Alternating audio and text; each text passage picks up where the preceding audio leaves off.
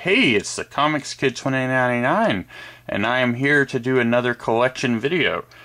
Like last time, I will show you guys these little figurines before I get to the books. We've got mostly Superhero Squad here. Captain America, the Bucky Barnes version. Then that is from Street Shark.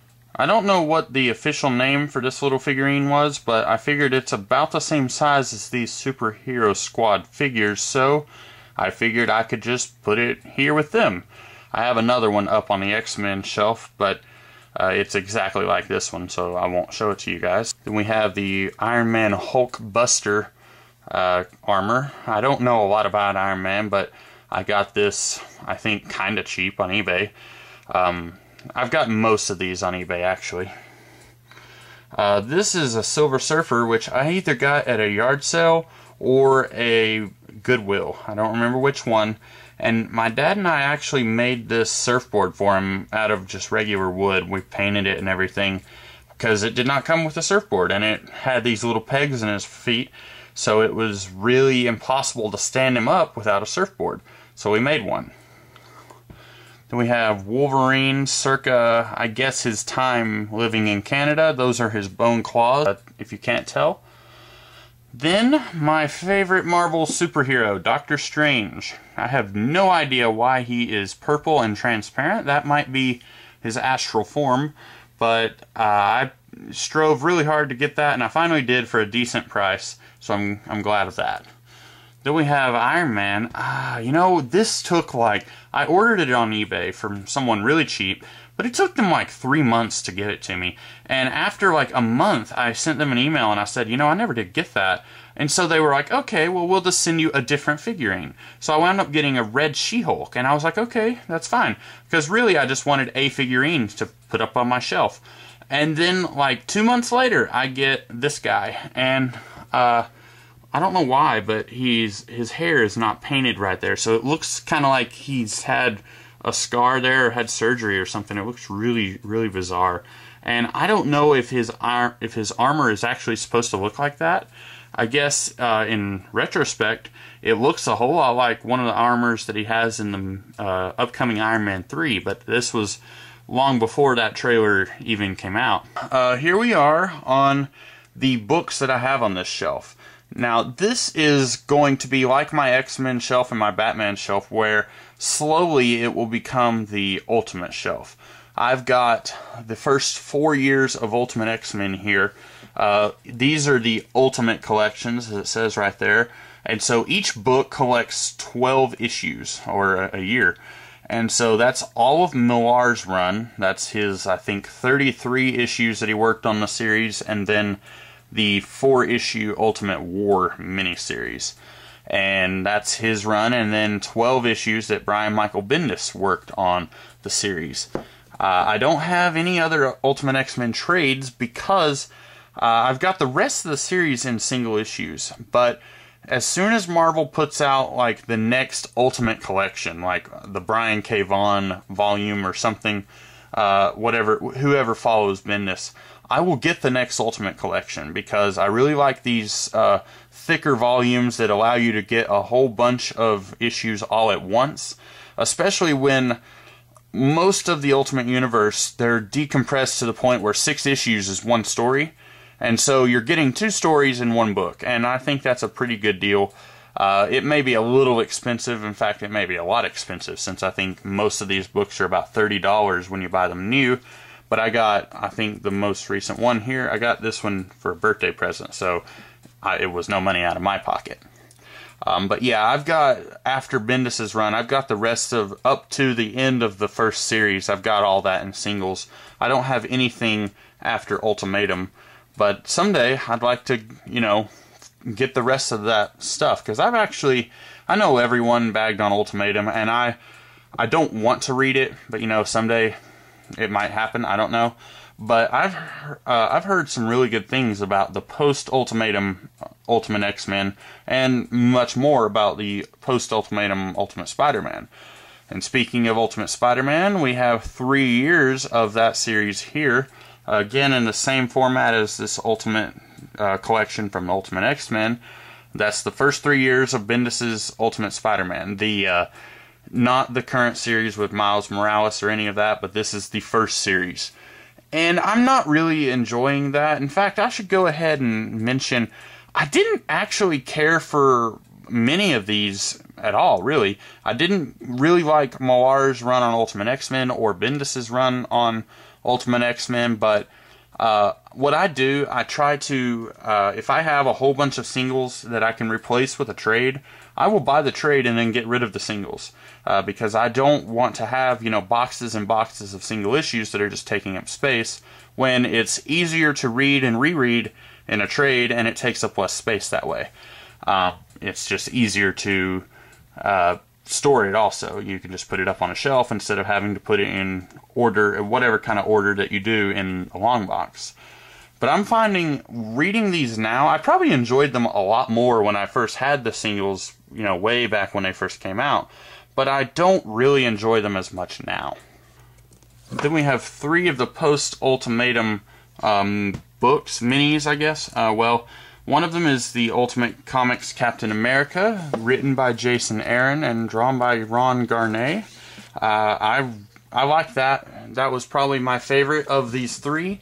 It was, I don't really think it had a whole lot of bearing on the Ultimate Universe, but it was a fun, enjoyable story, very self-contained, and what more can you ask for, especially when, for me, the Ultimate Universe is largely a disappointment. So when you get a rare gem like this, it's quite a pleasant surprise. Then I have Ultimate Comics Avengers. This is one of those things where when Ultimate X-Men ended, somehow my subscription, I think I accidentally had resubscribed. And so after the series ended, I still had 11 issues in my subscription that I didn't have because the series was over. And so Marvel instead gave me 11 issues of Ultimate Comics Avengers. So I got this entire arc in singles in the mail, because years and years ago my parents had given me a subscription to 2 series in the mail, and as a present. And then each year I would just get a resubscription from it as another present for the next year.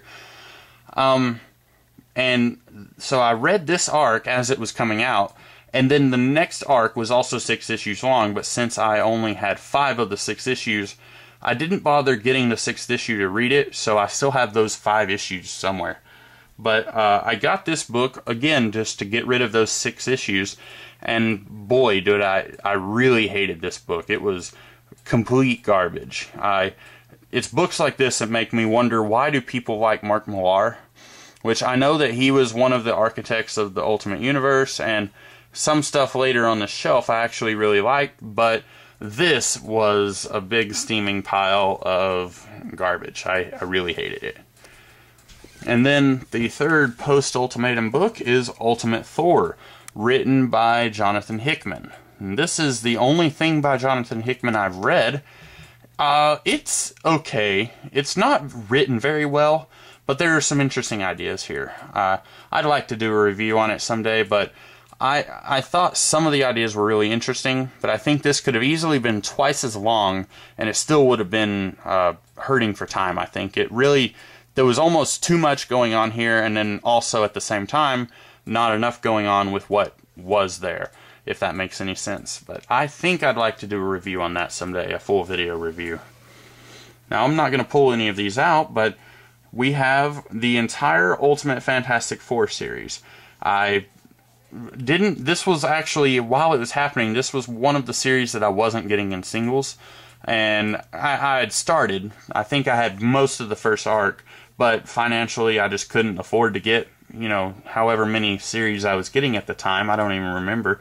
But I got the first couple of trades, and by then I was like, there's not a whole lot to get here. So I just kept getting it as I'd see one at a store somewhere in a discount bin, and I'd get them. And honestly, I'd like to do a series of videos on this series, because it's not completely bad, but it's not entirely worth recommending either, I don't think. So that's another one that I'd like to do a video on someday. Several videos, because that's a lot of comic, obviously.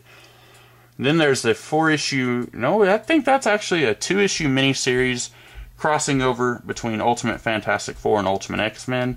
And then, since this is very obviously bigger than just 2 issues, I think there's a whole lot of bios on the characters, which doesn't really mean a whole lot to me because I'm familiar with most of these characters enough that I don't need to read the Who's Who entry from the Marvel Universe or whatever.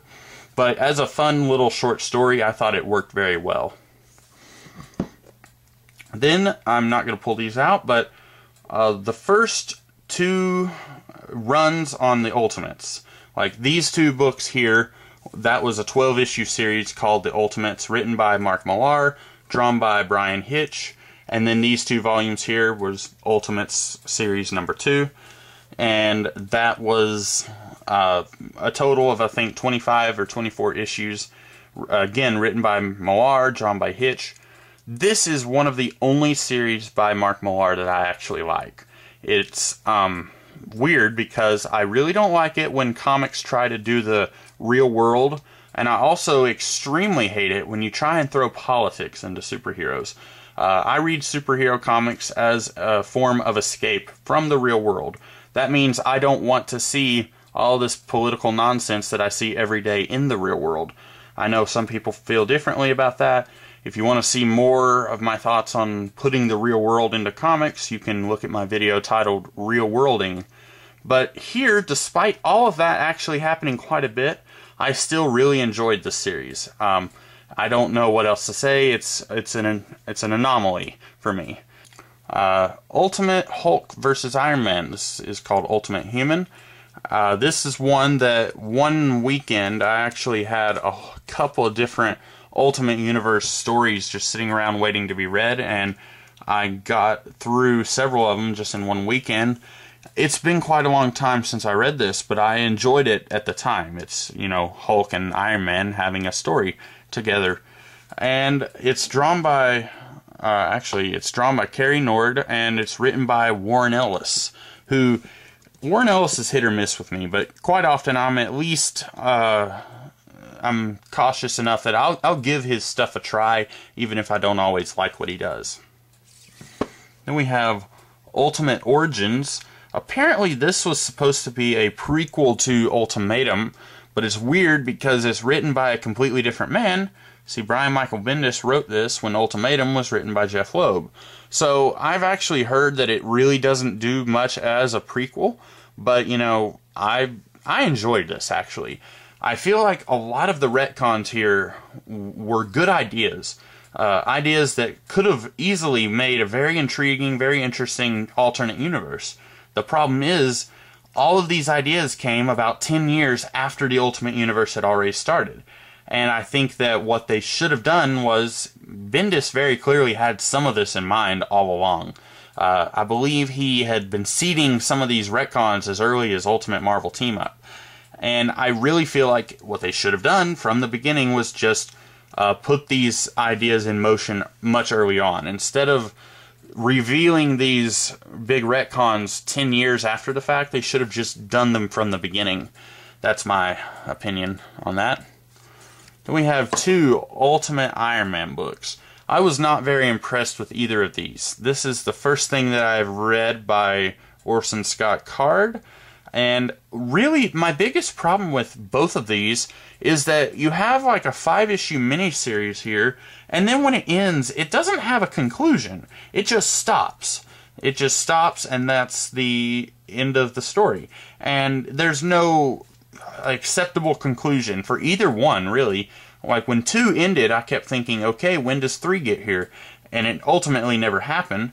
And also, if you like trying to piece together the entire Ultimate Universe here into one cohesive whole, this miniseries makes it very hard to do that. In fact, a lot of these series, when you try and put them together into one large universe, it's really hard to do that. But this one especially just doesn't really work. As a story by itself, it doesn't work. And also just as a part of the Ultimate Universe, I found that it really didn't work, unfortunately. I just got a couple more here. I'm probably going to stop at the end of the Ultimate books, and I'll do the rest of the shelf in another video. Ultimate Adventures 110 Soldier. Basically, the premise here is That's Batman and that's Robin. I'm not even kidding, that's the premise here. These are two characters who were set in the Ultimate Universe, and they did not have Marvel 616 counterparts. This guy is called Hawk Owl, and that guy is called Woody. And it's basically the dynamic that Batman and Robin has. There is virtually no difference here, except that Woody is Catholic, and even that, not a whole lot is done with that, really. It's not an especially innovative story. It's a fun story, but it's not going to change hearts and minds. I got this at a Books A Million because it was, I think, $2 for the trade. And I had most of these issues. I remember when it was coming out in singles, I was trying to get the whole series, and my shop just wasn't carrying all the issues. So I think eventually I might have managed to get all of the issues from that story, but once I got the trade for like $2, I got rid of the singles. And then we've got the Ultimate Vision, which I actually enjoyed this miniseries. It's written by a favorite of mine, Mike Carey. It says Millar on there, but that's because he wrote a series of backup stories that were happening around the time of the Ultimate Galactus trilogy, and that's what collected in here also. But this story, it's really much more of a science fiction story than a superhero story. It's got a little bit of superhero action, but it's much more of a sci-fi story, which I think I really liked because of that. And you'll see here Ultimate, Daredevil, and Elektra. I have reviewed this already on my channel, so this comes as no surprise that it is on here. And that is the end of the Ultimate stuff on this shelf. I didn't realize I would be talking for 17 minutes, so I'm going to end the video here, and then you will see, you can see a couple of them right now, but you will see the rest of what is on the shelf later on in another video. So, I'm the Comics Kid 2099, and I hope you guys have a good day.